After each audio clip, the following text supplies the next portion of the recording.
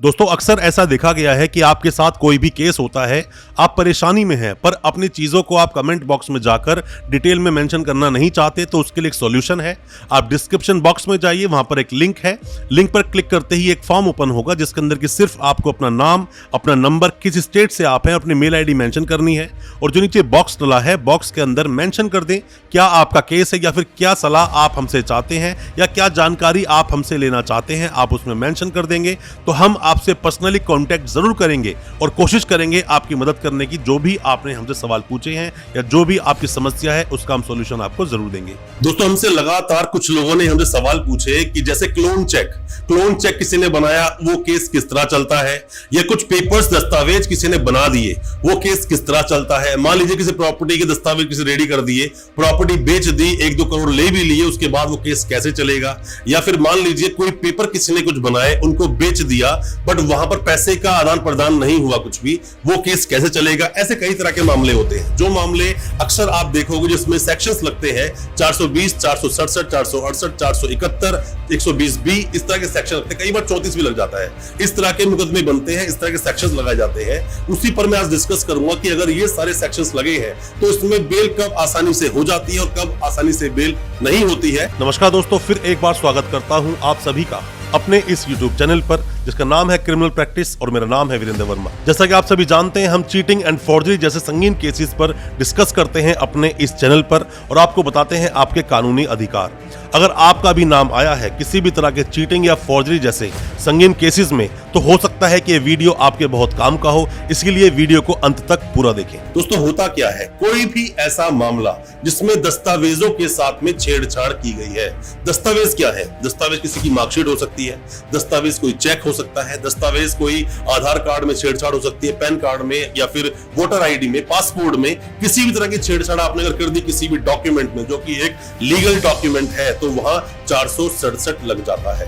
अब मान लीजिए किसी के साथ आप धोखाधड़ी कर रहे हैं, चीटिंग कर रहे हैं, मतलब कोई चीज बेच रहे हैं जो कि आप बेच नहीं रहे, डिसऑनेस्टली वो चीज पाने की कोशिश कर रहे हैं, या कोई भी आपने धोखाधड़ी कर दी कि मैं आपको ये चीज दूंगा, इतने पैसे की दूंगा और आपने नहीं दी।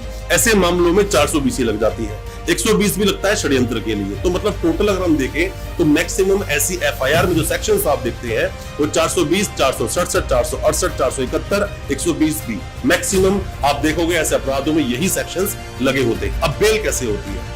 इस बेल को प्रारूप को समझने के लिए आप 2 तरह समझिए। पहले वाले केस में आप समझिए जहां पर प्रॉपर्टी या फिर कोई भी लिक्विड मतलब कि पैसा कोई भी अगर डिलीवर हो गया है, लेन देन हो गया है। मान लीजिए इसके अंदर कि किसी व्यक्ति ने मुझसे कुछ प्रॉमिस किया कि आप अगर ऐसा करोगे तो मैं आपको ऐसा कर दूंगा और उसके लिए आप मुझे 10 लाख रुपए दे दो या 5 लाख रुपए दे दो। अब मैंने उसको 2-2 लाख रुपए करके 10 लाख रुपए दे दिए पर वहां से वो चीज डिलीवर नहीं हो रही है और उसने जो दस्तावेज मुझे दिखाए थे या जिस अकाउंट में पैसा लिया था वो अकाउंट फर्जी था।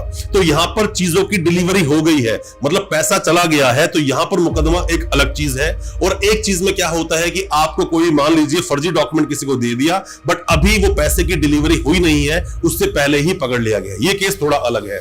अब है कि जिसके अंदर डिलीवरी हो गई है तो पैसा आपने दे दिया है, तो ऐसे मामलों को जज साहब भी जल्दी सुनते नहीं है। उन मामलों में बेल अक्सर लेट होती है या तो कहीं पर आपने कॉम्प्रोमाइज कर लिया हो तो एक बात अलग है। हालांकि 467 आईपीसी में कॉम्प्रोमाइज आप नहीं कर सकते हैं बट हाँ आप 420 में जरूर कर सकते हैं। साथ में ही जहां डिलीवरी नहीं हुई है वहां पर आपकी बेल हो जाती है इजीली, ज्यादा मशक्कत नहीं करनी पड़ेगी बट उसमें भी वक्त लगेगा। हो सकता है आपको हाई कोर्ट भी जाना पड़े। दोनों ही तरह के मामलों में जहां 420 लगी, 467 लगी, दोनों ही मामलों में सीरियस नेचर का ये ऑफेंस आता है जिसके अंदर बेल आप सोचो कि मैं लगा दूं 10 दिन में, 15 दिन, 20 दिन में बेल लगाऊंगा, बेल हो जाएगी। बेल ऐसे नहीं होगी। या तो आपके पास कुछ अच्छे पुख्ता एविडेंस होने चाहिए, अच्छे कुछ पेपर्स आपके पास होने चाहिए और साथ में ही बहुत अच्छी तरह से आर्गुमेंट किए हो आपके वकील साहब ने, तो आपको बेल मिलने के बिल्कुल पूरे चांसेस है। पर इन केसों में इतनी आसानी से बेल आपको मिलेगी नहीं, वक्त लगेगा, चार्जशीट लगेगी, आप आगे जाओगे, हो सकता है हाई कोर्ट भी आपको जाना पड़े तभी आपको बेल मिले। और जहां पैसे की बात आती है कि किसी ने प्रॉपर्टी हदिया ली, किसी की झांसा देकर 10, 20, 30, 50 लाख रुपए अपने अकाउंट में ले लिया और पैसा नहीं वापस कर रहा है, किस तरह से कॉम्प्रोमाइज नहीं कर रहा है, तो उसमें आपको वक्त जरूर लग सकता है। है। यहाँ आप वकीलों की गलती निकालते रहे कि मेरी बेल नहीं करा पा रहा है, वो एक अलग चीज है। चीजों में वक्त लगता है, चीजों को अच्छे से प्रेजेंट किया जाता है। आपके वकील साहब अगर आपके केस को अच्छे से प्रेजेंट कर रहे हैं फिर भी बेल नहीं हो रही है तो एक बात अलग है, मतलब फिर भी अपने एफर्ट्स तो वो लगा ही रहे हैं। आपको पर ट्रायल को भी साथ साथ ध्यान देना चाहिए। अगर कोई चीज वहां डिलीवर हुई है तो वक्त इन चीजों में लगता है।